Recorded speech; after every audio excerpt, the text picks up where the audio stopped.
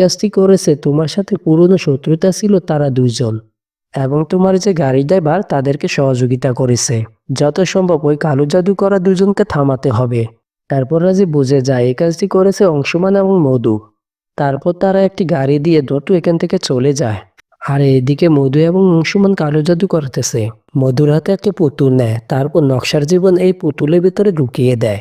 মধু যখন পুতুলের শরীরে সুই দিয়ে আঘাত করে, আরেকদিকে নকশার বুকের ভিতরে ছিঁড়ে যায়। যখন শেষ সুই আঘাত করতে যাবে, ঠিক তখন এখানে উপস্থিত হয়ে যায় রাজীব। রাজীব বলে, এসব বন্ধ করো, নইলে আমি তোমাকে মেরে ফেলবো। কিন্তু মধু রাজীবের কথা না মেনে রাজীবকে মারতে আসে। রাজীব নিজেকে কোনো মতে রক্ষা করে।